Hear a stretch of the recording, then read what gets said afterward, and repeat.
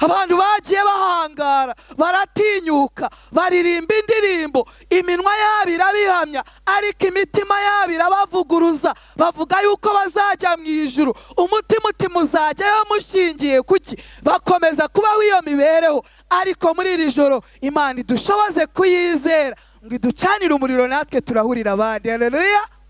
Reka twigane bene wacu.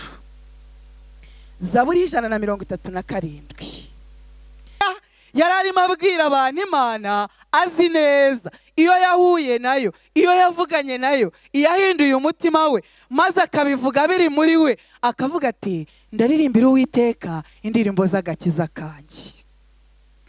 Turi kwibaza ku bantu baticaniye barahurira abandi umuriro w'umurahurano turahura uzatuzimana. Abantu baririmbye indirimbo z'abandi baziririmba igihe kirekire nta ndirimbo yabo bafite, ariko kubwira ijoro mwaraye ndi kubasengera ngo Imana ishyire indirimbo mu mutima wanyu maze namwe mugire indirimbo zanyu. Nujya ujya kuririmba ujya uvuga uti iyi ndirimbo irasa n'indirimbo yanjye. Reka mbibutse zimwe mu ndirimbo z'abandi twaririmbye, kuko nibaza nise ko twayambaye kubera amaso ni iki gituma ahora mu gahanga.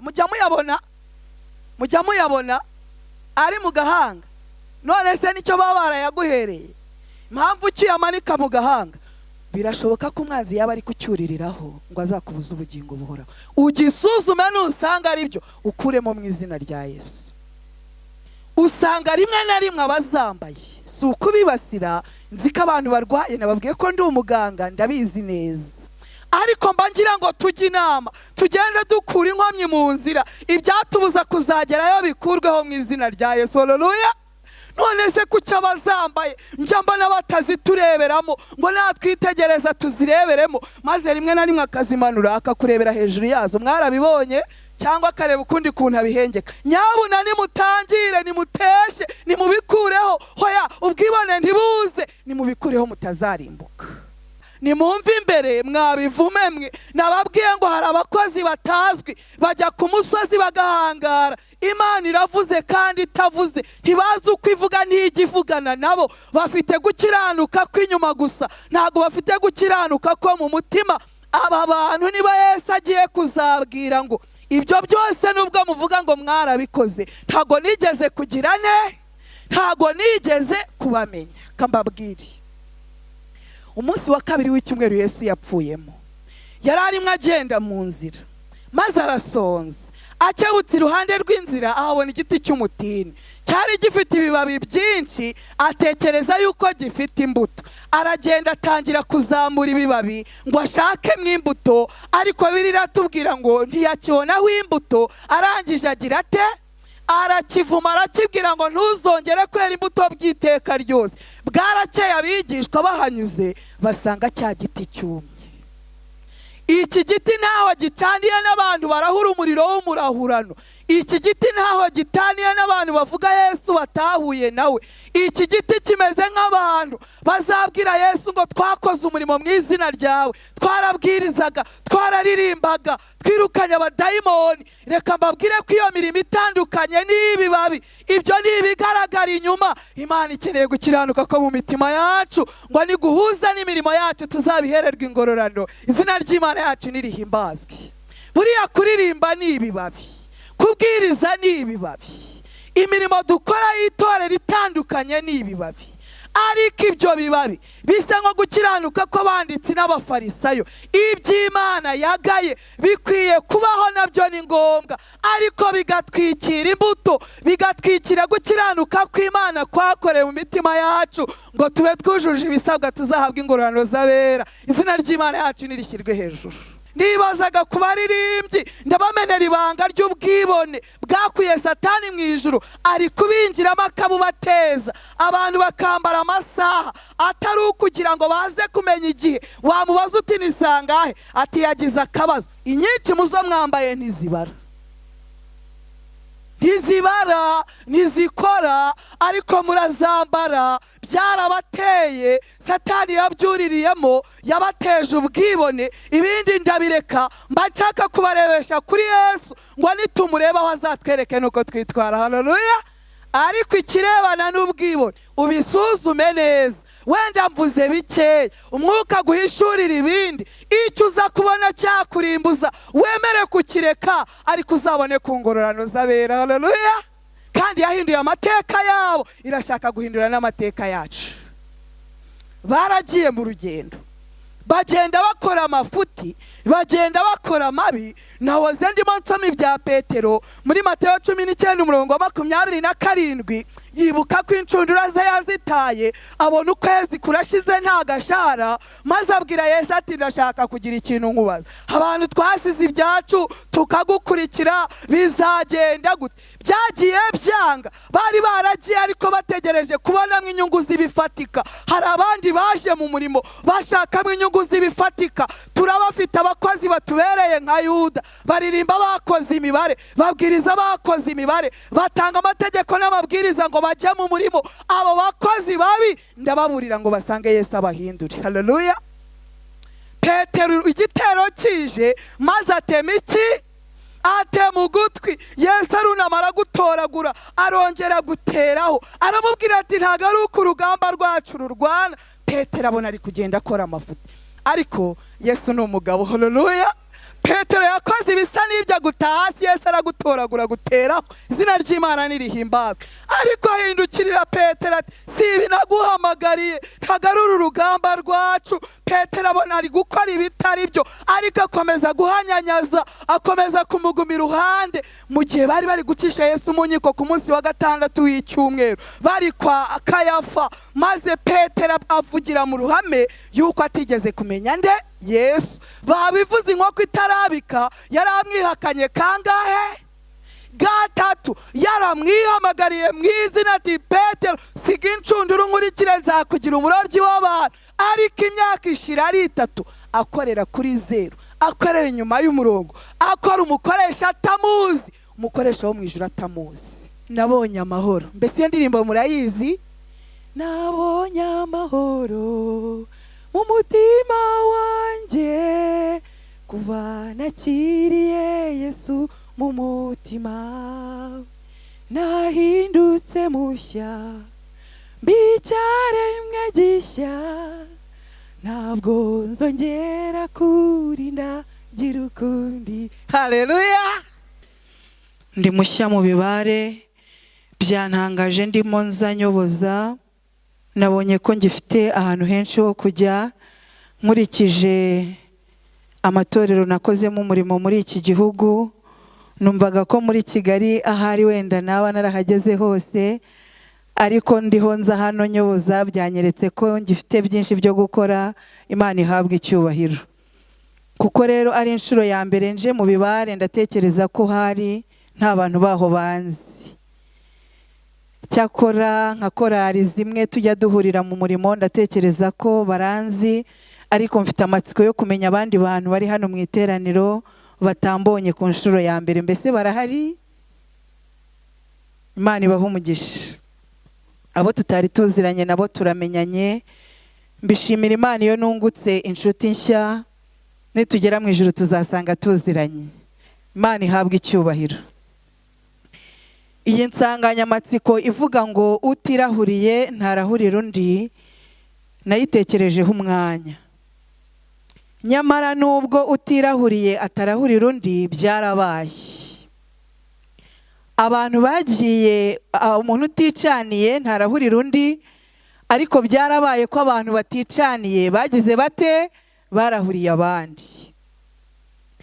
Ubwo rero niba utacanye yararahuye, yarahuye umuriro w'umurahurano. Mbese sibyo?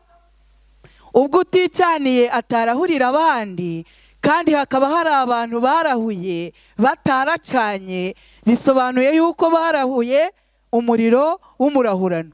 Bararahuye, bamaze kurahura nabo barahurira abandi. Ariko igihe nabitekerezagaho naratekereje ni uyu muriro w'umurahurano twirirwa turahuriraho abandi uzatuzimana.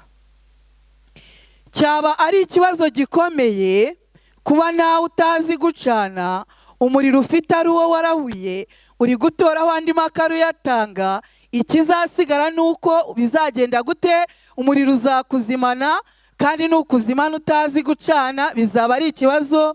Ndashimira Imana ko ijambo yashyize muri nge ngo turiganireho muri uru rukere, muri aya masaha ashiriye igitondo. Harimo uburyo bwo kugira ngo Imana itwigishe gucana. Haleluya. Noneho niducana turahurire n'abandi. Izina ry'Imana nirihimbazwe. Ndiho ntekereza ku muriro w'umurahurano twirirwa turahurira abandi kandi ukaba ushobora kuba uzatuzimana.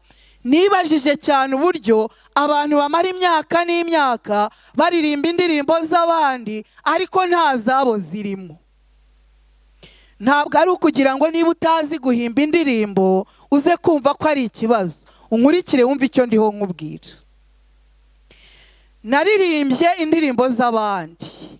Ntabwo narinzi nyinshi, narinzi indirimbo imwe. Narinzi indirimbo ivuga ngo niki watanze yewe mwana wande. Ndayiririmba, indirimbo nyiririmba umwaka, indirimbo nyiririmba igihe kirenze umwaka, ariko ndashimira Imana ko yaje gushyira izindi ndirimbo mu mutima wanjye. Nsigara ntakiri kuririmba indirimbo y'abandi, ahubwo nanjye mfite indirimbo zanjye. Haleluya. Nariho nsoma umugaragu w'Imana Dawidi yaravuze ati ndaririmba indirimbo z'agakiza kanjye. Haleluya.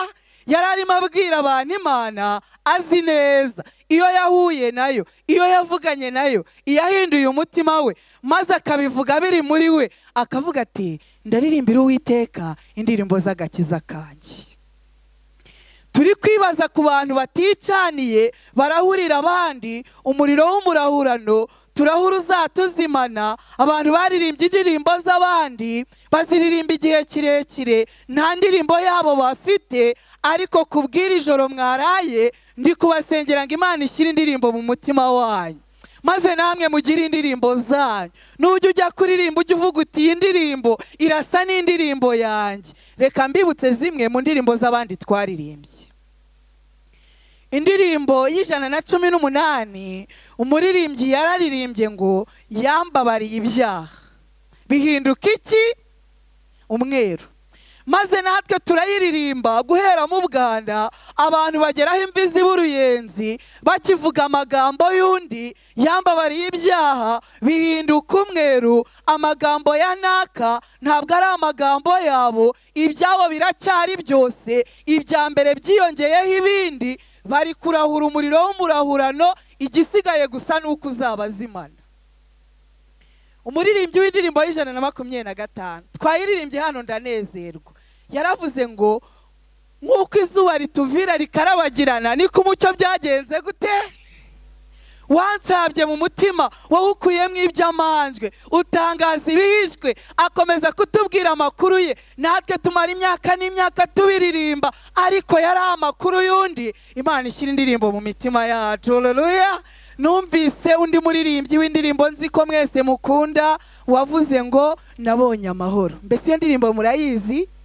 Nabonye amahoro mu mutima wanjye kuva nakiriye Yesu mu mutima, nahindutse mushya mbicyaremwe gishya, ntabwo nzongera kurinda gira ukundi. Haleluya.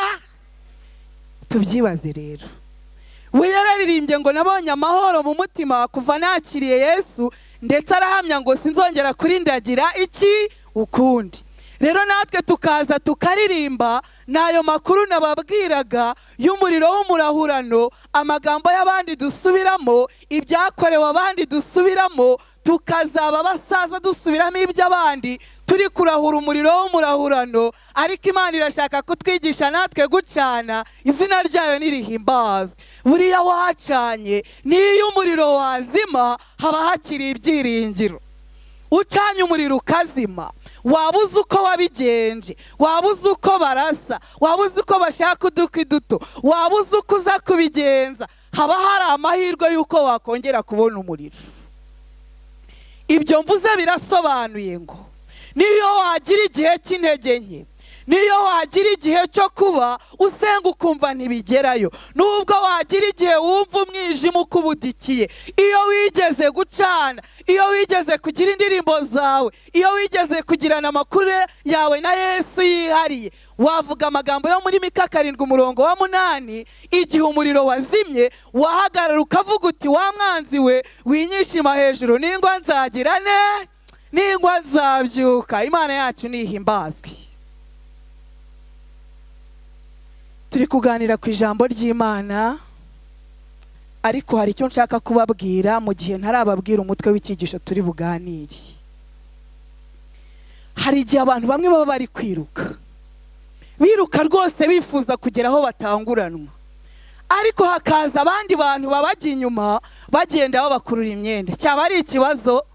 Abantu bamwe bariruka barashaka kugera iyo bagera, none haje abandi bantu bari kugenda babakurura babasubiza inyuma, bababuza kugera iyo bajya. Mbese sibyo?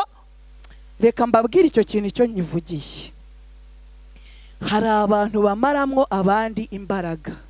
Mvuze ngo abantu bagira bate? Ni mu basome mu Bakolosayi mu gice cyaho cya 2 ku murongo wa 18.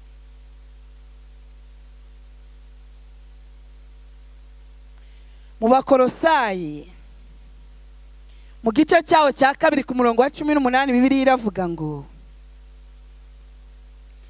ntihakagira umuntu bavutse ingororano zanyu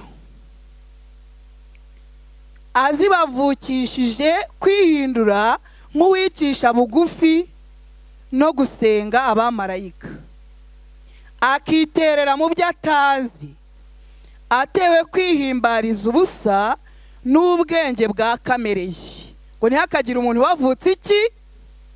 Ntihakagira umuntu wavutse ingororano zanyu. Iki nyivugiye iki? Mu by'ukuri hari abantu baraye ijoro ku nshuro ya mbere, atari impamvu z'uko ari mu bitaro, atari impamvu z'uko ari intambara, atari impamvu zindi zidasanzwe, akavuga ati iri joro ryose buracya ntaryamye ngiye gushaka mu maso y'Imana. Hari abantu bibayeho ku nshuro ya kangahe? Ya mbere. Maze uwo muntu ufite uwo mutima wavuze ati rwose ndaryigwa mu ijoro. Nzi ko hari abantu baje hano bateze, hari n'abampamagaye barambwira bati twabibonye muzarara mu bibare natwe tuzaba duhari. Maze abo bantu bafite ishyaka ryinshi ryo gushaka mu maso y'Imana bakaza bagateranira hano, ariko hakaba hari n'abandi bantu bajya batuvutsa ingororano zacu, baje badafite umugambi, batazi neza icyabazanye, ari abakozi ba Satani, ngo niduhaguruka twirutse baduhaguruka inyuma badukurura imyenda. Abantu bamaramwe ibandi imbaraga ndabibahamo ubuhamya.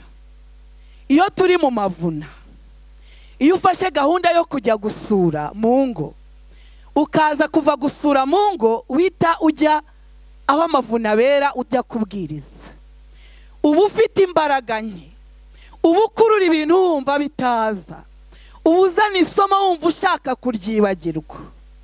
Ariko iyo uvuye kuzenguruka mu ngo ugasubira aho ujya usengera, ukongera ugasabana n'Imana ukiyeza, ugaruka hera h'Imana wambaye imbaraga. Haleluya! Kubera iki? Kubera yuko iyo turi kuzenguruka mu ngo z'abanyabyaha, mu ngo z'abapagani, mu ngo z'abantu buzuye imbaraga z'abadayimoni, baradukamura bakatumaramwo imbaraga, tugasigara turi ibishushungwe n'ibisenzegeri, dufashwe gusa n'ubuntu bw'Imana. None rero mbwirije ndi umubwiriza wa nyuma, biransaba ngo nkoreshe imbaraga zidasanzwe kugira ngo mutansinzirana. Icyo mbere mbanza kubasaba ni ukugira ngo duhuze umugambi, duhuze inteko z'icyatuzanye. Abo umwanzi yari gukoresha ngo badukurure, batubuze kwihuta, batumaremwo imbaraga, n'Imana nibasange. Maze twese muri aya masaha duhurire ku mugambi umwe wo gushaka mu maso y'Imana, ngo Imana itwigishe gucana, nitumara kwicanira turahurira abandi. Haleluya! Bityo bwira Imana mu mutima wanjye uti ntaba ari njye. Nushaka ubivuge twese tubyumve, maze buri muntu avuga ati ntabe ari njye. Twabivuga ntabe ntaba ari wowe wo kubuza abandi gusenga ngo bigere mu ijuru, ntaba ari wowe wo kudukurura imyenda, ntaba ari wowe wo kuduca intege. Abavuye mu byaha uyu munsi, ababitekereje bicaye muri iri teraniro, abafite ibintu byinshi batihanye, Imana iri mu ijuru ibababarire. Haleluya. Maze guterana kwacu, maze gusenga kwacu, maze icyatuzanye cyo gushaka mu maso y'Imana tukironke mu izina rya Yesu. Tugiye kuganira ku mukozi utazwi, ariko mbere yuko tubiganiraho ndi bubasabe guhaguruka. Mbasabye guhaguruka ngira ngo nsabe abari biyoroshe base n'abiyorosoye. Noneho nimwiyorosora gatoya, buri muntu azamura ukuboko ahantu ashobora kukugeza, kuko nge mfite mikoro ndazamura kumwe, ariko kuko mwe nta mikoro mufite murazamura amaboko abiri. Ariko ndumva nshaka kureba umuntu ushobora gukora kure cyane aho abandi batageza. Gerageza rwose wumve ko ahantu ukoze ariho hantu hanyuma ushobora kugeza. Yego, biragaragara rwose yuko mushobora gukora ahantu kure. Mwicara, Imana ibahe umugisha.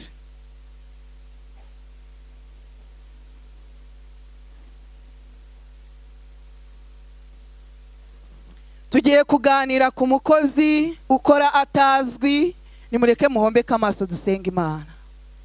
Mwami Imana yacu iri mu ijuru, izina ryawe nirihimbazwe. Abateraniye hano turi imirimo y'intoke zawe. Uratuzi kandi uradukunda, nicyo cyatumye uturema ku ishusho yawe. Urukundo rwawe wongeye kutugaragariza uduha Yesu ngo atange ubugingo bw'abucunguzi bwacu. Ikindi kandi waduhagazeho, uturinda ibyaduhigaga, utubashishije kuba turi hano muri uyu mugoroba, ugira ngo uduhishurire icyo ushaka, ngo tuzakubona utungutse ku bicu. Izina ryawe nirihimbazwe. Ndasenze kugira ngo ijambo ryawe urihagarikire, uryumvikanishe nk'inzogera mu matwi ya buri mwana wawe uri muri iri teraniro. Kwigomwa buri wese yagize ntahombera imbere yawe, ntihagire uhombera aho abandi bungukiye. Mana, abazanye ibyaha batahana imbabazi, abazanye intege nke batahana imbaraga, abazanye gushidikanya batahane kwizera, n'abaje barwaye batahe bizeye kuri Imana ikiza.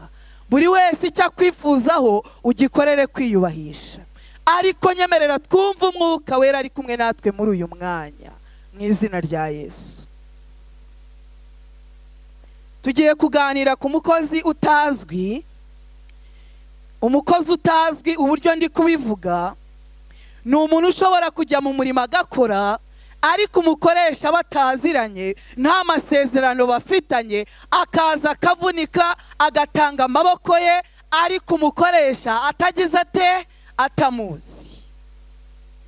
Hashobora kuba hashize nk'ibyumweru 3 cyangwa 4 narindi mu modoka ndi kujya mu kazi, nkora urugendo rurerure rugera ku masaha 2 kugira ngo ngere aho nkorera. Ariko muri urwo rugendo rwose nagize ibihe byiza byo gusabana n'Imana, kandi numvaga muri jewe ndi kubwirwa n'ijwi rinini rivuga ngo akazi karahari. Ntabwo nari mfite ahantu na depoje ngo wenda mbe ndi guhabwa icyizere ko nenda gusubizwa, nta nako nari ndi gusaba pe.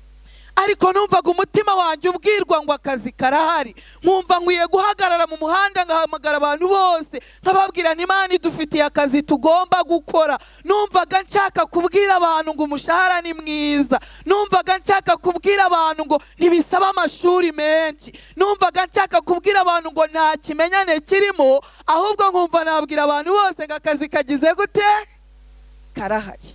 Numvaga akazi gahari ko gukorera Imana. Nyuma yabwo nibwo nasomaga muri Luka igice cya 10 umurongo wa 2, aho isomo rivuga ngo ibisarurwa ni byinshi ariko abakozi ni bake. None ni muhendahende nyir'umurima yongera abasaruzi mu bisarurwa bye. Haleluya. Akazi kagize gute, karahari. Mwumva ukuntu byari byinshi muri nge. Igihe nari nageze ku kazi, hari impapuro za billing nagombaga gusinya, maze igihe nari ndi kugenda nzisinya izo mpapuro, nageze aho nagombaga kwandika NIYOMUFASHA Louise ngo nsinye, ariko nahise nandika ngo akazi kagize gute, akazi karahari. Ngiye gusinya mbona hariho Louise, mbona ko nagiye ahandi hantu, ariko byari byinshi mu mutima wanjye. Ubu ndumva nsa n'uruhutse uko ndabibabwiye, akazi kagize gute, karahari. Ariko ikibazo, hari abantu bavunitse, hari abantu bamaze igihe mu murimo bakora bararushye ariko umukoresha ntabazi, mbese iherezo ryabo rizabirihe? aba bantu ibyabo bizagenda biti? cyakora abo bakorana barabareba, bashobora kugera ku mugoroba bahabwa igihembo bakabahaho bakagabana. nahoze ntekereza ku bihembo, mbona ibyo duhabwa hano ku isi bigendanye n'imirimo twakoze, ibyo bintu byitwa ibihembo, ariko iby'Imana izaha abana bayo ntabwo ari ibihembo, ahubwo ni ingororano z'abera. Haleluya! ingororano zirenze ibihembo. ingororano ni icyo uhabwa hashingiwe ko wakoze, ariko kitajyanye n'ibyo wakoze, kirenze cyane ibyo wakoze. ntacyo wakora ngo ubikorere, ariko Imana yashimye imirimo yawe none iguhaye ingororano. izina ryayo nirihimbazwe. hari abantu bagiye bituburira bakitera umwaku bagakorera ibihembo, bakaza mu murimo, bamwe baza kubwiriza abandi baza kuririmba, ariko bari gukorera ibihembo. mbafitiye icyigisho kivuga ngo Yuda ntaho yagiye, abantu bagatera imibare batahari wajya ambwiriza nagirirwa icyizere. muzabona ibihembo ariko muzahomba ingororano, kandi ingororano z'abera zirahari. Haleluya!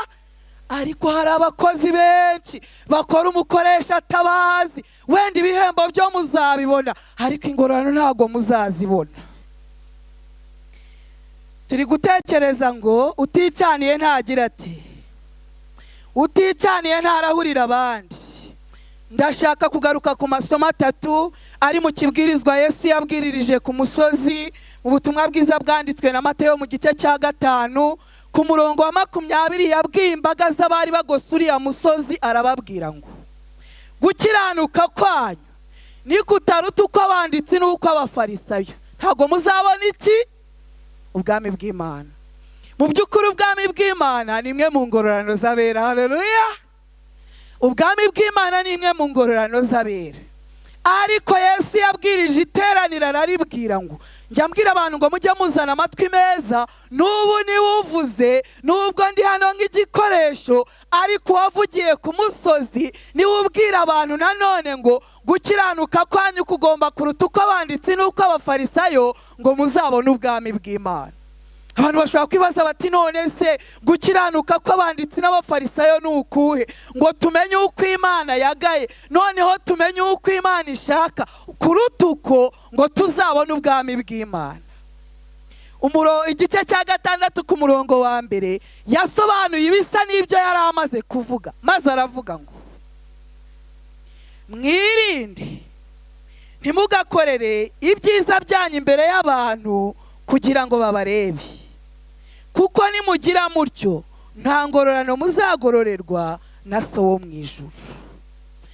Yesu ati gukiranuka kwanyu ni kuruta uko abanditsi n'abafarisayo, nibwo muzabona ubwami bw'Imana. ahari abantu bakibaza bati uko ni ukuhe? arababwira ati nimwirinde ntimugakorere ibyiza aho abantu bareba ngo babashime, nimubigenza gutyo nta ngororano muzabona. abo nibonagaye mugomba gukiranuka, kugira gukiranuka kuruta uko ngo muzabone ubwami bw'Imana. abanditsi n'abafarisayo bari bafite gukiranuka kw'inyuma, bari bafite gukiranuka ko kwigaragaza. mu kibwirizwa cya nyuma Yesu yabwirije ku munsi wa 4 mu cyumweru yapfuyemo, muri Matayo igice cya 23 yaravuze ngo banditsi n'abafarisayo mwe muzabona iki?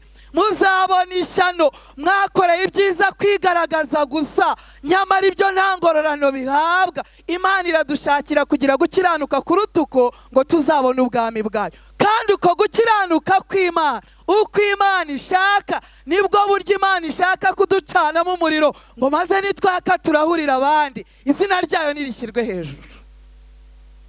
Imana ikeneye ko abantu bagira gukiranuka ko mu mutima, maze gukiranuka ko mu mutima kukagaragara inyuma. Petero arandika ngo kwizera mukongereho iki? ingeso nziza. abantu babanje ingeso barigengesera bakavuga neza, baritwararika bakajya mu mirimo y'itorero itandukanye, nyamara Imana ntibazi, ni abakozi batazwi, barakora nta ngororano, ntago bazabona ubwami bw'Imana. kereka gusa abantu nibagira gukiranuka Imana ishaka, kutari nk'uko abanditsi n'uko abafarisayo, kutari ugukorera ibyiza inyuma ngo abantu babarebe, gukiranuka ko mu mutima, maze akuzuye umutima kagasesekara Yesu yatugirira neza twizeye imbabazi ze, noneho tukabiririmba, tukaririmba indirimbo zacu, indirimbo z'agakiza kacu. Imana yacu nihimbazwe. Mu gice cya 7 mu kibwirizwa cy'umunsi umwe yakomeje kwihanangiririza abantu abagaya gukiranuka ko kwigaragaza gusa.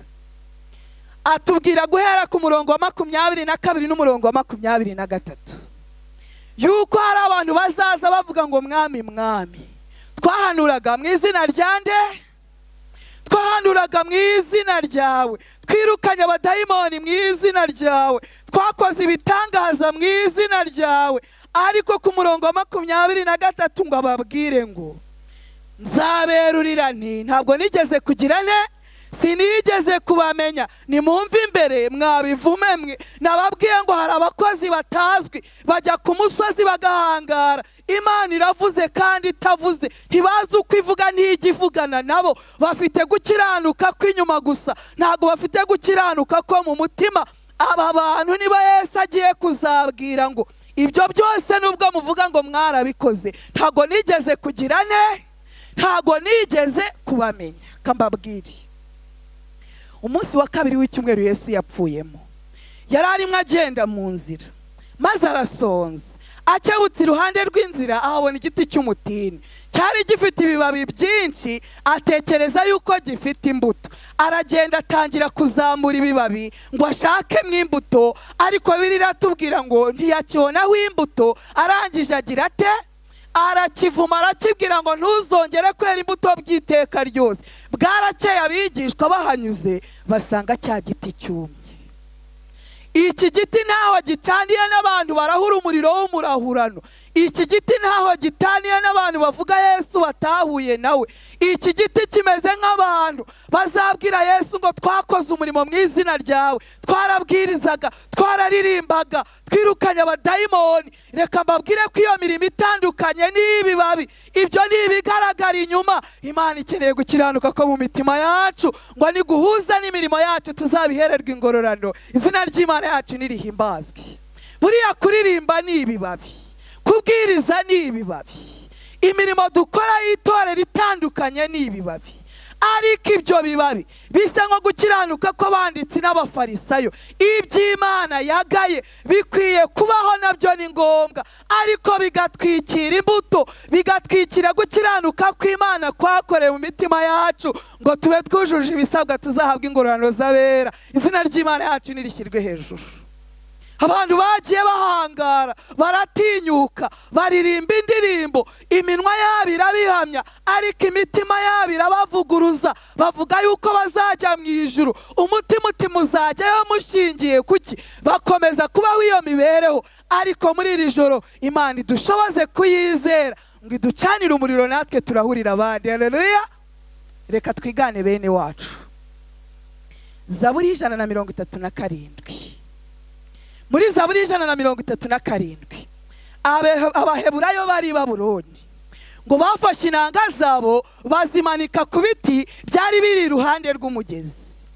Zaburi 137.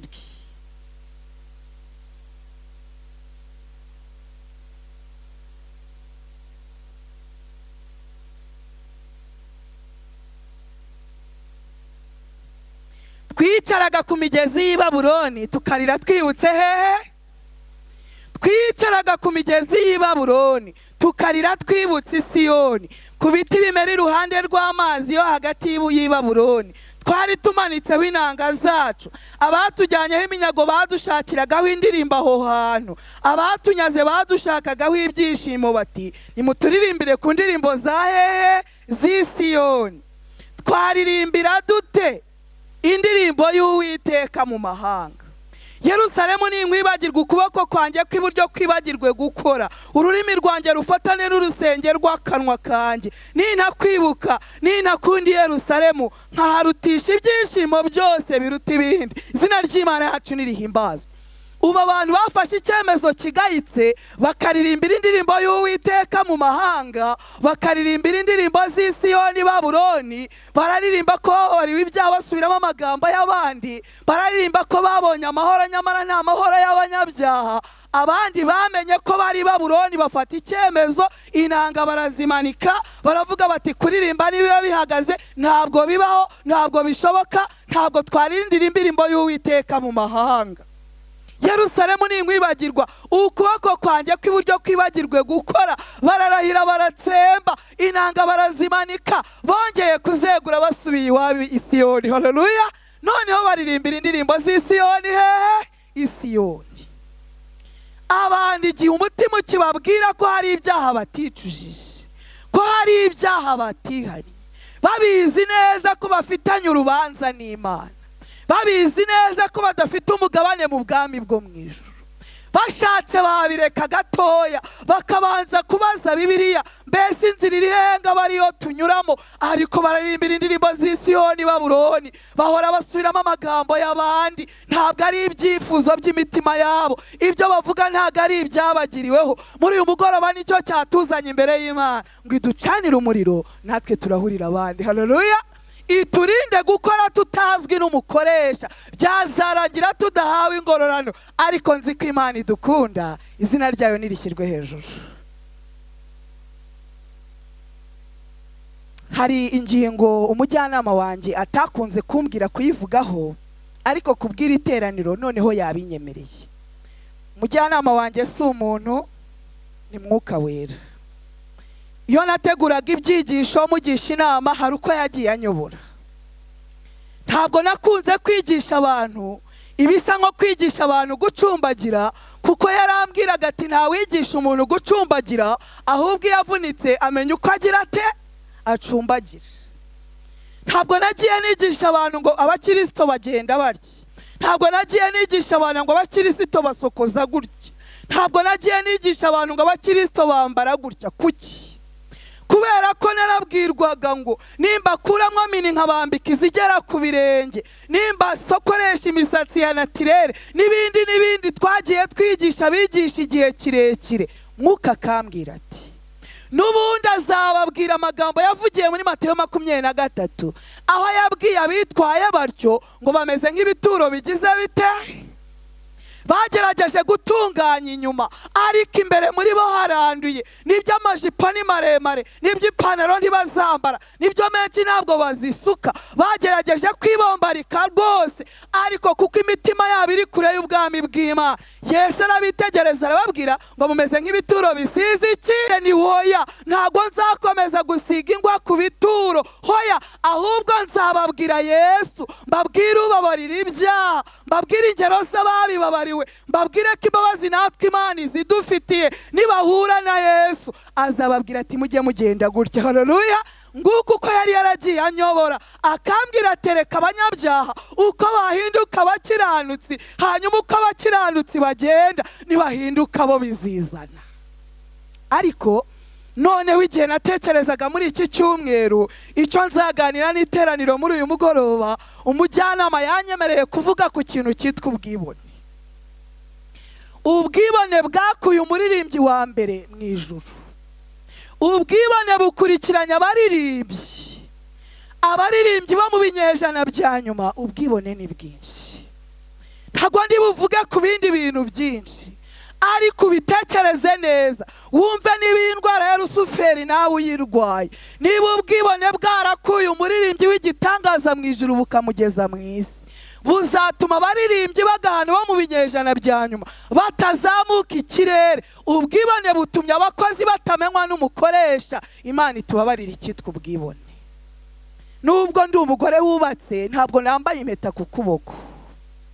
Nshinga urugo nari mfite ubushobozi buke, ariko bwabona impeta zihendutse. Nimubizi ko zigira agaciro gatandukanye. Nkurikije imirimo n'ibitangaza by'Imana, birashoboka ko ubu noneho nagura impeta y'izahabu, ariko ntabwo nyambaye. Kubera iki?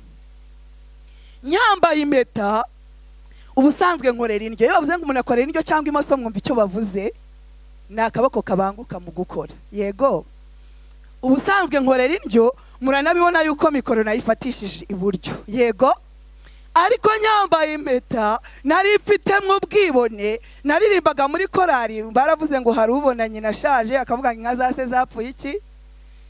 Murumva ikijwe ari kibi, mukavuga mutariko nk'ubwo waririmbaga muri iyo korari. ubwo se waririmbaga irihejwe ryari rihari kandi n'ubu rirahari kubera Imana no mu ijuru tuzaririmba. Nazamuraga ukumoso nkavuga ni Yesu araje jeste kwa kundi tuzigenza nakwigira hirya umutima ukambwira utubigenje ute kusanzwe ukorera indyo kuki wazamuye imoso narebaho nkabona ko ariho ka kantu kari ntiburiya ni Satani n'ubwibone bwanteye kuzamura akaboko kariho akantu maze ndavuga ni guhera ubu isezerano ryanjye n'umugabo wanjye tubiziranye mu mutima ndamukunda arabizi ntago bizahamywa n'akantu kandi ku rutoki aho kugira ngo Satani azabyurire neza ubwibone bizandimbuze wametawe nguvanyemo mu izina rya Yesu.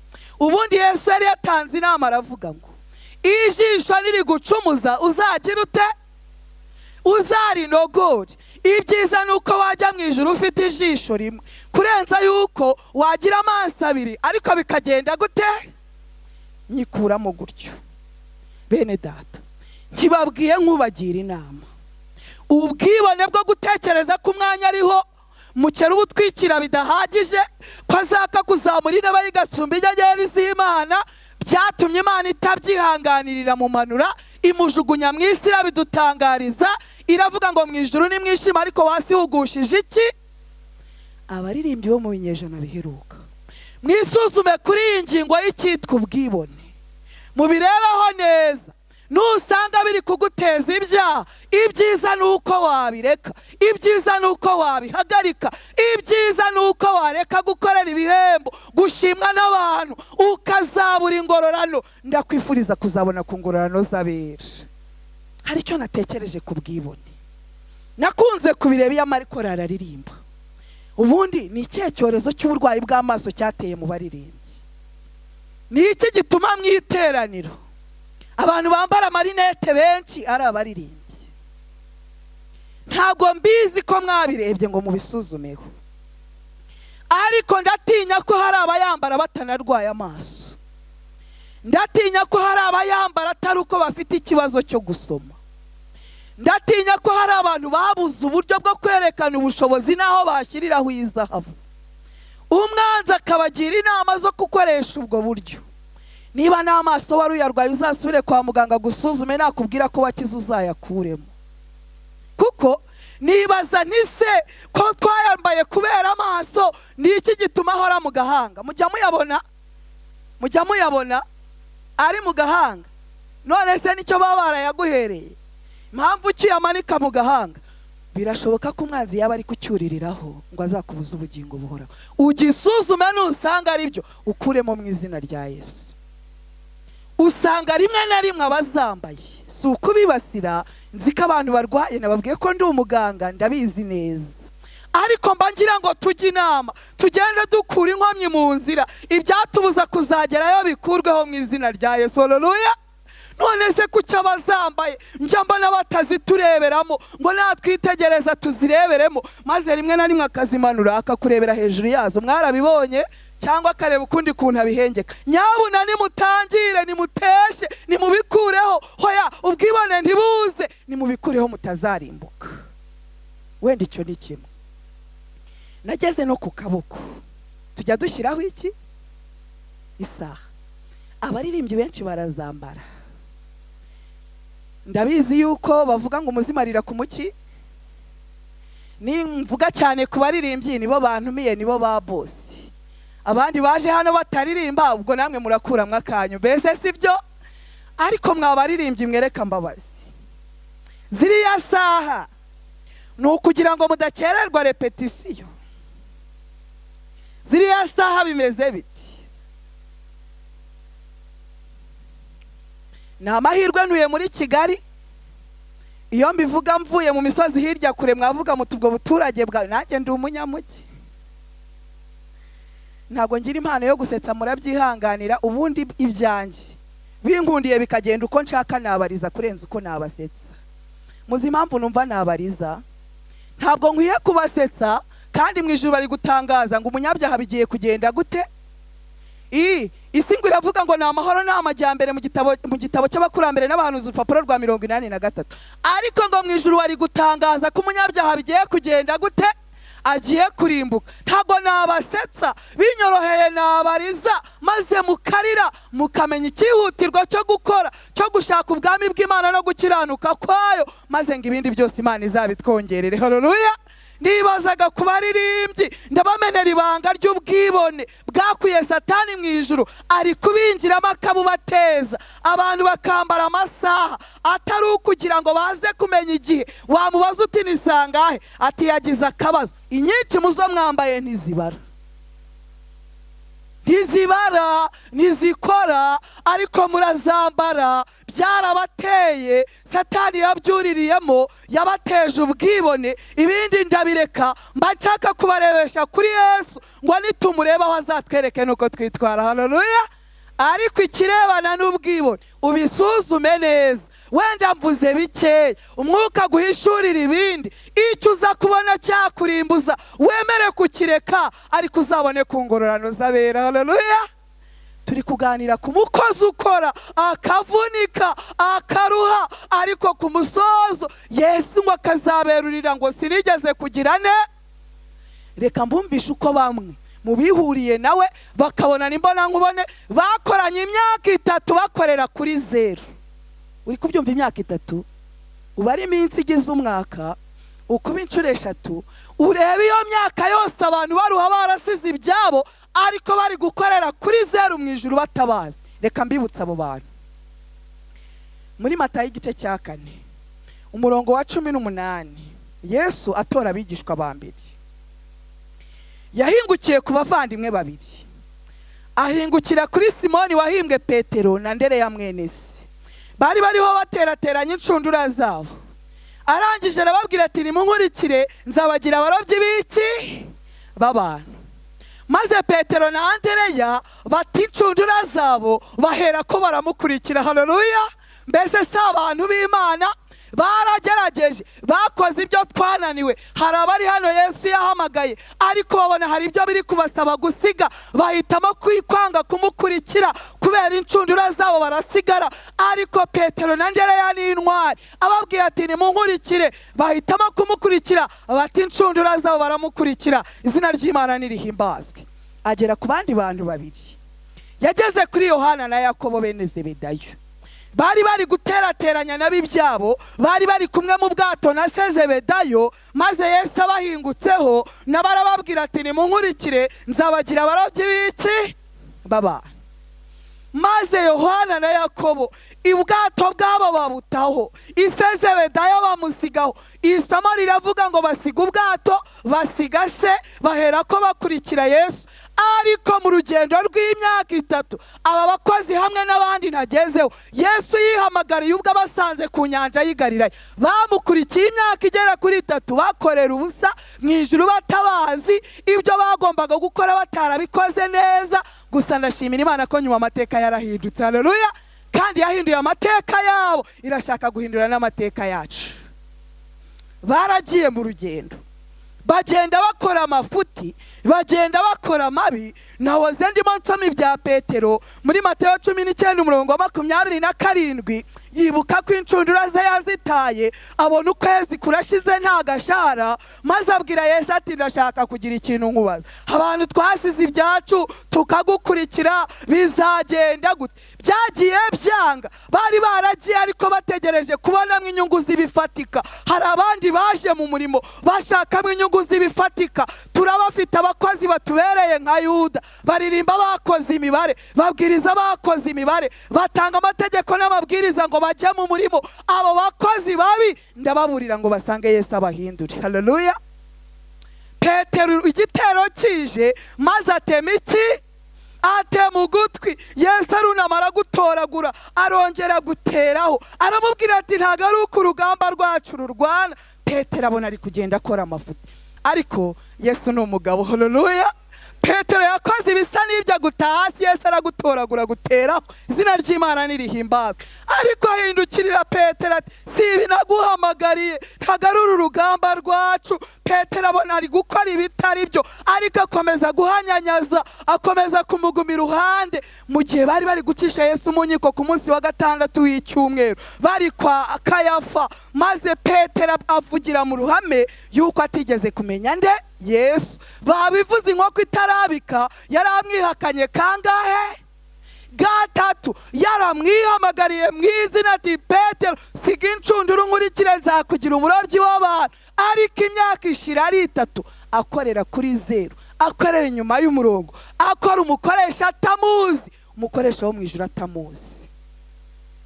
Icyemezo cya Petero rero ndagira ngo tugitekerezeho neza muri amateraniro yacu, twumve niba natwe ahari tudakwiriye kubikora gutya ngo dukore tuvunike turuhe ariko tuzabone kungururano z'abera. Haleluya. Yesu amaze gupfa, Petero abitekerezaho neza, akora urutonde yibuka amafuti yose yakoreye mu nzira, areba ukuntu yagiye abaza ibihembo kandi atararangiza umurimo, areba ukuntu yaciye amatwi Yesu akamubwira ko atari rwo rugamba, areba ukuntu yihakanye Yesu akavuga ko nawe amuzi, yibuka ijisho barebanye, arebye ayo makosa yose aravuga ati hoya, aho gukomeza gukorera inyuma y'umurongo ngo nkomeze kubeshya Imana ngo ndi umukozi wayo kandi ntari we. Muri Yohana igice cya 21 ku murongo wa 3 yari ari kumwe n'izindi ntumwa, arababwira tumva mbabwire, subiye kuroba, subiye kugirane, subiye kugirane. Aka kantu gatekereze neza.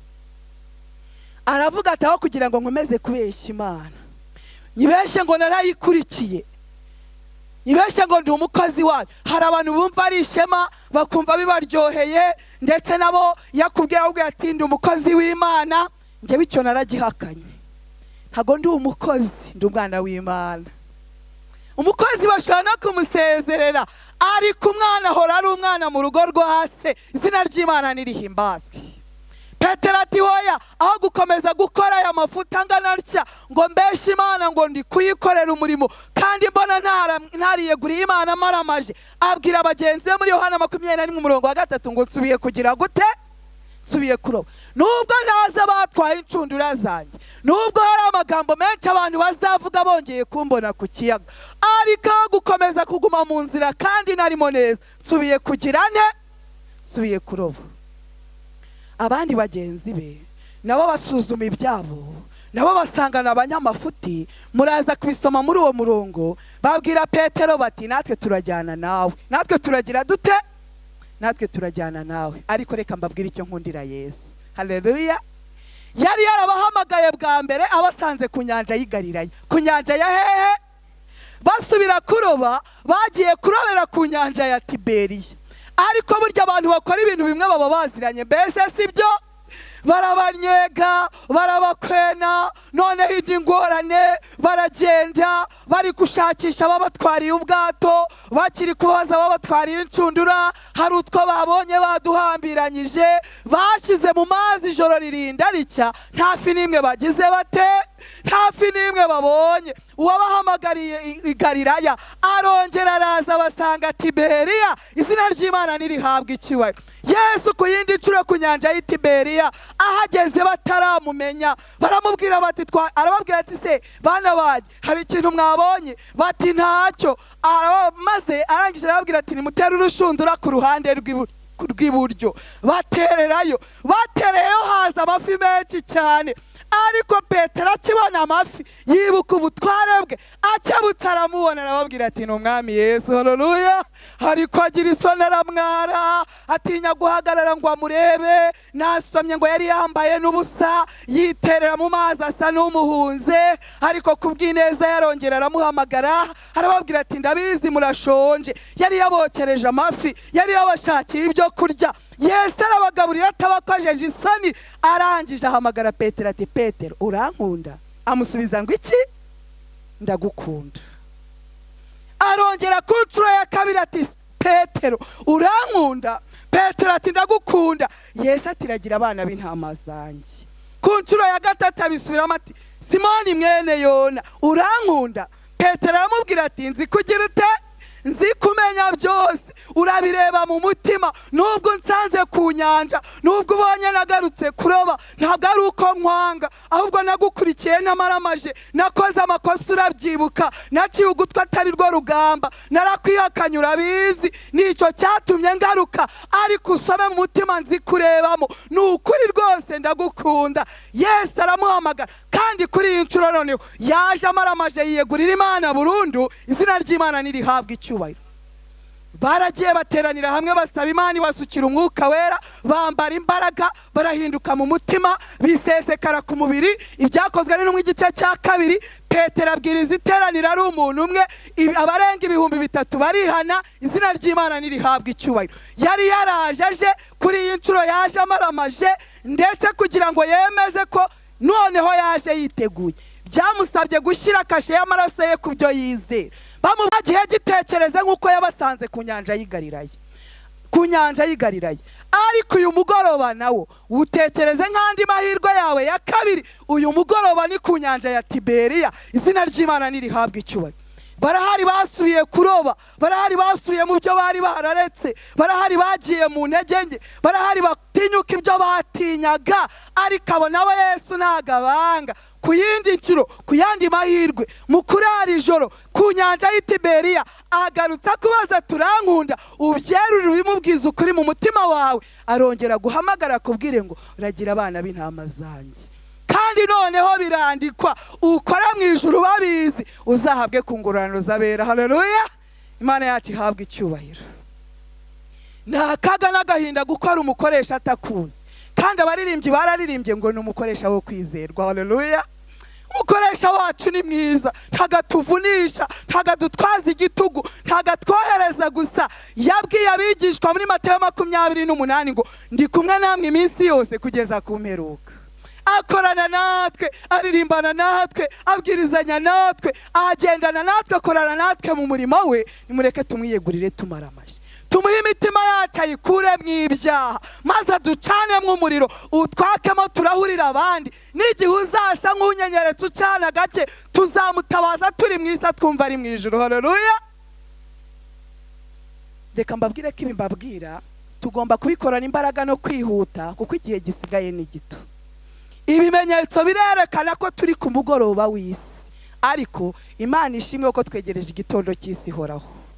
Ubwo byatinze rero, ubwo twatinze mu byaha, ubwo twaritinze turirimba indirimbo z'abandi, tukaba dushaka ko Imana ishyira indirimbo z'agakiza kacu mu mitima yacu, ngo nituvuga abandi tuze gusanga ibyabo bisa n'ibyacu. Mu Kristo na byiringiro mu rugendo baraganiraga, umwe akabaza undi ati se mbwira, mwitangira ry'urugendo rwawe wowe byari bimeze gute? Yamubwira akazamura umutwe ati nanjye nuko byagenze, akamubwira uko yihannye ibyaha, akamubwira uko yizeye imbabazi z'Imana. Undi ati nanjye nuko. Bari bahuje amakuru y'urugendo, nta bagenda n'abataziranye, tugomba guhuza amakuru. Haleluya, kandi birihutirwa. Reka mbabwire, ndashaka kubabwira ahantu akarongo ibyacu bigomba kugeraho, gukiranuka kwacu kugomba gushyika, ngo tube tumaze kumera nka Pawulo avuga ngo ubumeze nk'ibisukwa ku gicaniro. Ngiye kubabwira amasomo 3 uyasuzumisha imibereho yawe. Nusanga aho hantu utarakandagizaho akarenge, urara andi majoro, wongera ibihe byo gusenga, wongera ibihe byo kubana n'Imana, kubera yuko turatanguranirwa kugeraho dutanguranwa twihanganye, Imana ibitubashishe. Isomo rya mbere, aho gukiranuka kwacu kugomba kugira ngo tube tumaze kugera ku rwego Imana ishaka, riri mu rwandiko rwa mbere rwa Petero igice cya 1 umurongo wa 16. Muharebe.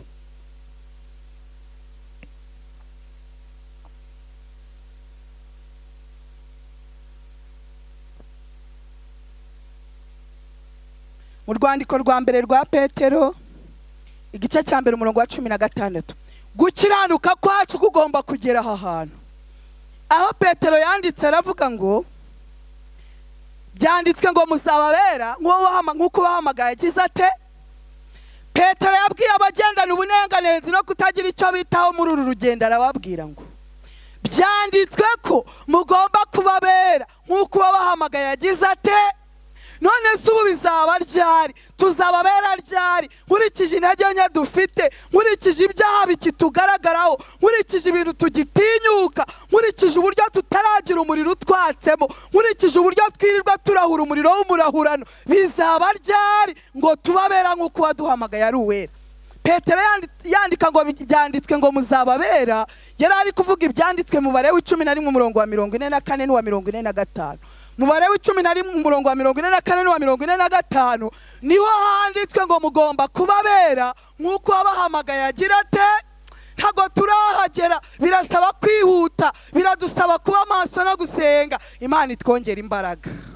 Ndagira ngo mbabwire irindi somo rya kabiri, aho gukiranuka kwacu kugomba gushyika, kugomba kugera ngo tube dufite umuriro uhagije, twarahurira n'abandi nabo bagacana. Iryo somo riri mu Bafilipi igice cya 2 umurongo wa 5. Abafilipi igice cya 2 umurongo wa 5 hari isomo rivuga ngo mugire wa mutima wari muri Kristo. Pawulo yandikiye Abafilipi arababwira ati bantu b'Ifilipi, birabasaba ngo umutima uwanyu uhinduke, mugeze ubwo mugira umutima nk'uwari muri Kristo. Reka tuwibuke, umutima ugaburira abandi kandi washonje, umutima wihanganira gukorwa isoni kandi ari umwami w'abantu, umutima wihanganira gucirwa mu maso kandi ari umugaba w'ingabo zo mu isi n'izo mu ijuru, umutima wihangana, umutima uhumuriza, umutima witanga mu murimo, umutima uzenguruka imisozi ya Palestina, umutima ukora ku bantu bose, ukuboko kutanena n'ababembe. Biradusaba ngo natwe abashaka kuzaraga ubwami bw'Imana tube dufite umutima nk'uwari muri Kristo. Ugereranye n'uwawe, wirengagiza inshingano, wirengagiza abakene, wirengagiza ibikureba. Reka mbabwire, biradusaba kwihuta, kuko kugira ngo tuzagera aho dutanguranwa tugomba kuba dufite umutima nk'uwari muri Kristo.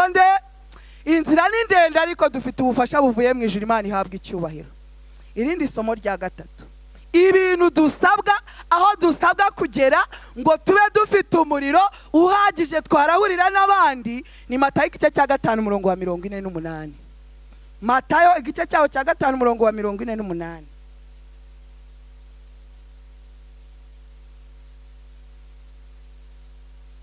Hari isomo rivuga ngo namwe mwe mukiranutse nk'uko so mu ijuru agize ati. Yesu abwira abantu ati mva mbabwire, birasaba ngo mwe mukiranutse nk'uko so mu ijuru agira ate. Nibyo abantu barumva bidashoboka, abantu barumva bikomeye, ariko ibidashobokera abantu ku Mana bigize bite?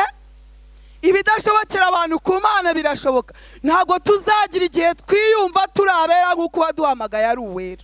Uko turushaho kumwegera tuzagenda turushaho kubona turi babi, ariko mu ijuru bazagenda bavivura, babona ibyari intege nke twaragiye tubitsinda. Ni ijuru rizahamya ngo tumeze nk'ibisukwa ku gicaniro. Haleluya.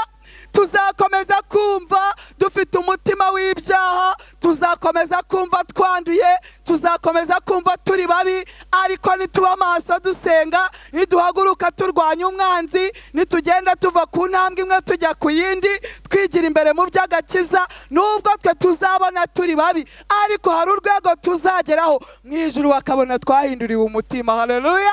Kuko ni isezerano ry'Imana muri Ezekiyeli 33:26 ngo nzabakuramo umutima ukomeye mbaho umutima woroshye. Haleluya. Ubwo ari isezerano ry'Imana, nitwishyuza amasezerano Imana izasohoza icyo yavuze. Yego, umuririmbyi yavuze ngo wasezeranye kuduha imvura, arangije abwira Imana ngo none yitugoborere ryari? Mujye mwishyuza Imana amasezerano. Niba yaravuze ngo izabikora, izerere mu mutima wawe ko ibigukoreyemo, kandi bidashobokera abantu ku Mana birashoboka. Imana ihabwa icyubahiro. Ndeka mbabwire, dukwiye gukorana umwete kuko ingororano zirahari. Haleluya. Ibihembo byo mu isi nitubishaka, ubwo nukwica intege. Icyo dushaka ni ingororano z'abera, kandi ijuru ryaraziteguye. Yesu yavugiye muri Yohana igice cya 14 ngo mu rugo rwa data hari iki? Yaratubwiye ngo hari amazu menshi, ndetse ngo niyo ataba hari abatubwiye ko agiye kudutegurira, yaratubwiye ngo hari natwe tuzabayo. Haleluya. Izo ni ingororano z'abera, kandi nitugira gukiranuka ko mu mitima Imana izatugororera ibyiza yatubikiye mu bwami bwo mu ijuru. hari amwe mu masezerano y'abantu banesha aboneka mu byahishuwe. Ndagira ngo ngira amwe mbabwira. Yesu igihe yahishuriraga Yohana ibyahishuwe, marayika ari kubwira ubutumwa yandikira amatorero, yagendaga amubwira ngo wandikire itorero ribwirira ibi n'ibi. Ariko mu byo yamubwiye kwandika, yaramubwiye ngo unesha ugira ute? Yaramubwiye ngo unesha azarya ku giti cy'ubugingo kiri muri paradizo y'Imana. Haleluya. Arongera aramubwira ati umuntu unesha nta kintu azatwarwa n'urupfu rwa kabiri. Haleluya. Unesha Imana yarasezeranye iravuga ngo azarya kuri manu yahishwe, azahabwa ibuye rishya ryanditseho izina rishya ritazwi n'umuntu wese keretse urihabwa. Haleluya. Yesu ati umuntu unesha nzamugira inkingi yo mu rusengero. Arongera arasezerana tunesha azambikwa imyenda yera, kandi sinzahanagura izina rye na hato mu gitabo cy'ubugingo. Yesu ati ahubwo nzaryaturira imbere ya Data n'imbere y'abamarayika bera. Haleluya. Yarongera arasezerana ngo umuntu unesha ugira ute? Unesha gukiranirwa, unesha Satani, uwo muntu unesha Yesu yarasezeranye ngo azicarana nanjye ku ntebe y'ubwami, nkuko nanjye nanesheje nkicarana na Data ku ntebe ye. Haleluya. Ndabasabiye ngo kwitanga kwanyu mukaba muri uru rusengero muri iri joro, Imana yite ku kirenze icyo twanasaba. Maze ubwo yasanze ba Petero na ba Yohana na ba Yakobo ku nyanja y'Igalilaya, yabahamagara bakaza nabi bakagenda bakora umurimo mu buryo butari bwo, akaba handi bahirwa kongera kubasanga ku nyanja ya Tiberiya barasubiye kuroba. Muri uyu mugoroba aya masengesho yacu bitubera ibindi bihe byo guhura na Yesu, itubera ibihe byiza nk'ibyabaye kuri bo ku nyanja ya Tiberiya. Maze noneho dufata ibyemezo tumaramaje, twiyagurira Imana tumaramaje, tuyihe imitima yacu, izahindura imitima yacu, kandi niyoza imbere muri twebwe n'inyuma y'igikombe hazoga. Haleluya.